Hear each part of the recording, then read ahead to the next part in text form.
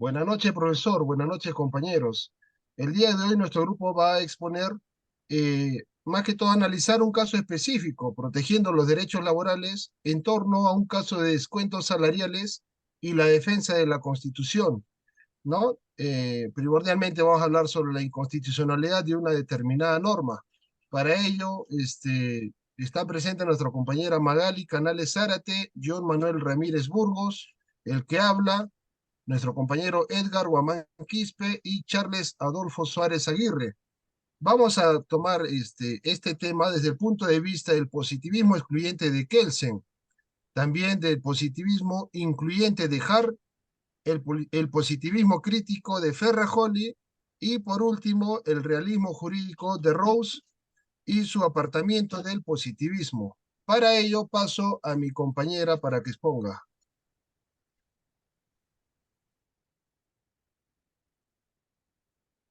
La propuesta del caso que vamos a tratar eh, se refiere a la demanda que es interpuesta por el empleado Jimmy José Olarte Galindo, quien demanda a su empresa, la empresa minera Shogun Hierro Perú, a fin de que cesen con el cobro abusivo del 100%, vale decir, del total de sus remuneraciones.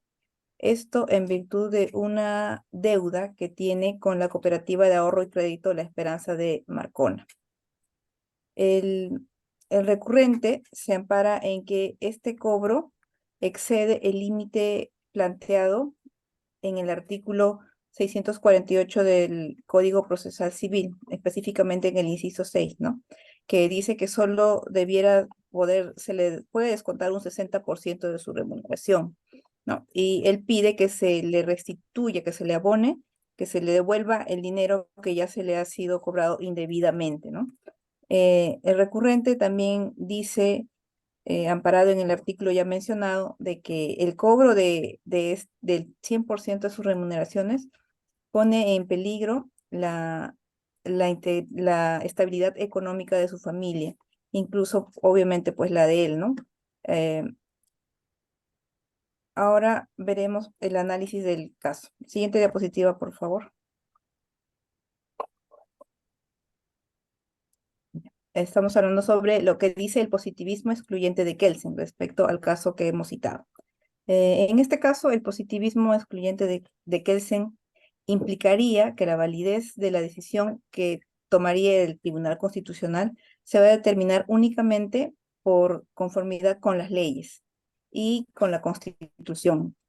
Desde esta perspectiva, si la decisión que se está tomando se basa en el cumplimiento de las leyes y reglamentos vigentes, como es el caso de la Constitución, vendría a ser que sería considerado válido de acuerdo con el positivismo jurídico. El positivismo excluyente de Kelsen no se va a preocupar por cuestiones de justicia o moralidad, ¿no?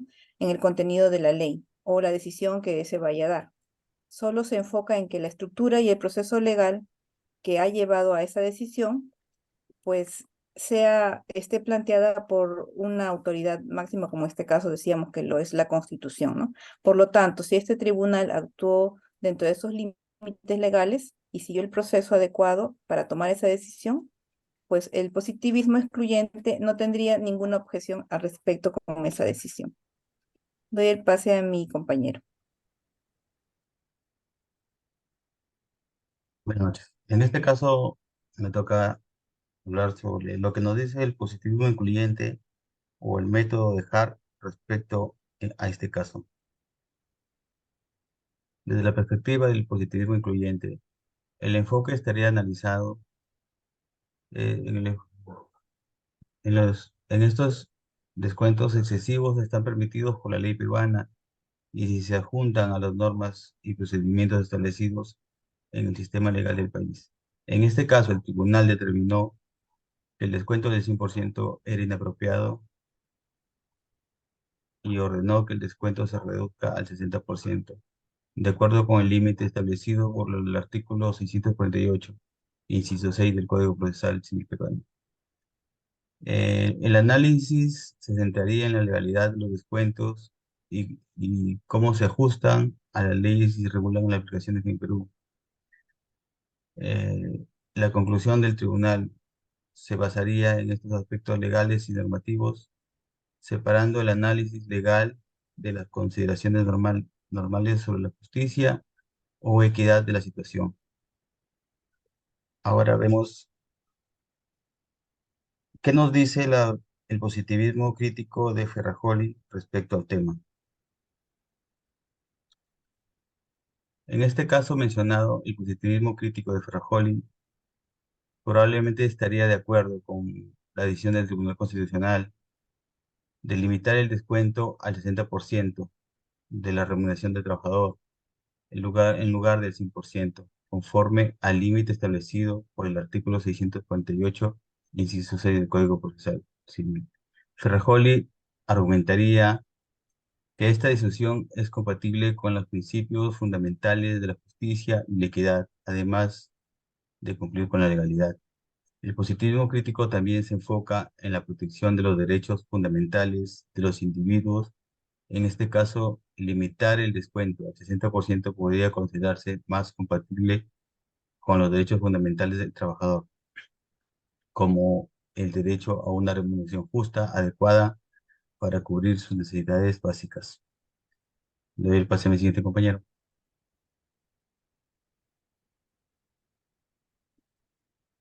Muy buenas noches con todos. ¿Qué nos dice el realismo jurídico de Ross y el apartamiento del positivismo respecto al tema? Desde la perspectiva del realismo jurídico, se consideraría no solo la letra de la ley, como el positivismo, sino también los factores sociales, económicos y políticos que rodean el caso. En esta perspectiva podría llevar a un análisis más holístico y contextual del tema, teniendo en cuenta las complejidades del sistema legal y las dinámicas sociales y económicas que influyen en las decisiones judiciales. Contexto económico y social en el que se encuentra el trabajador endeudado. Esto podría incluir factores como el nivel de ingresos, las condiciones económicas del país y la situación financiera del trabajador. Estos factores podrían influir a la decisión de limitar el descuento al 60% en lugar del 100%. El poder y desigualdad en el sistema legal. En este caso, Ross podría analizar si el descuento del 100% representa una forma de abuso de poder por parte de la empresa y si esta acción contribuye a una mayor desigualdad económica entre el empleador y el empleado. La discrecionalidad judicial en la interpretación y en la aplicación del derecho. En este caso, Ross podría analizar cómo el Tribunal Constitucional ejerció su discrecionalidad al determinar el límite del descuento y si esta decisión estuvo influenciada por consideraciones sociales o políticos. Siguiente diapositiva, compañero.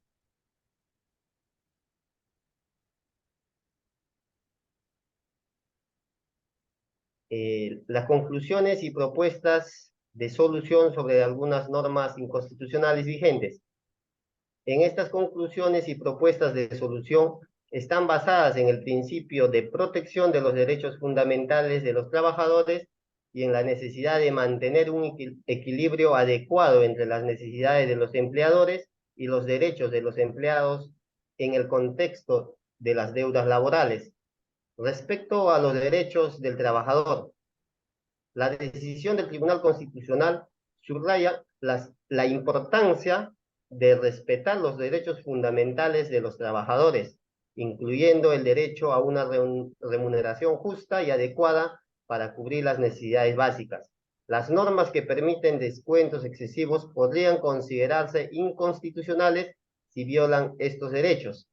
Revisión de normativas. Sería crucial revisar las leyes y regulaciones relacionadas con los descuentos salariales para asegurar que estén en conformidad con los derechos constitucionales de los trabajadores. Si existen disposiciones que permiten descuentos excesivos, podrían requerirse enmiendas para garantizar su constitucionalidad. Acceso a la justicia. Garantizar que los trabajadores tengan acceso a recursos legales efectivos cuando sus derechos sean violados esenciales. Esto implica facilitar el acceso a la justicia y garantizar que los procedimientos judiciales sean accesibles y eficientes para resolver disputas laborales. Supervisión y cumplimiento. Las autoridades pertinentes deben supervisar activamente el cumplimiento de las leyes laborales para asegurar que los empleadores respeten los derechos de los trabajadores. Las acciones por violaciones a estas leyes podrían ser una medida disuasorio efectiva. Doy pase a mi siguiente compañero. Muchas gracias, compañero. En torno a las recomendaciones, nos dice ¿no? que no solo protegen los derechos de los trabajadores, sino que también contribuirá a un entorno laboral más justo y equitativo, a fin de promover la productividad y el bienestar general de la sociedad. ¿Mediante qué? Mediante la revisión y actualización continua de las leyes laborales, las mismas que van a estar basadas en derechos fundamentales de los trabajadores. Habilitar mecanismos de denuncia para que se puedan presentar quejas y denuncias de manera confidencial a fin de no tener temor a represalias. Fortalecimiento de los órganos reguladores a fin de que aumente la capacidad de inspección y aplicar sanciones a empleadores que violen, ¿no? o transgredan las leyes. Fomentar la transparencia empresarial mediante políticas o reportes salariales. Y por último, la colaboración con organizaciones de derechos laborales a fin de garantizar una representación adecuada por parte, ¿no? de diversas instituciones. Eso sería en conclusión, profesor, nuestra exposición. Muchas gracias. Gracias.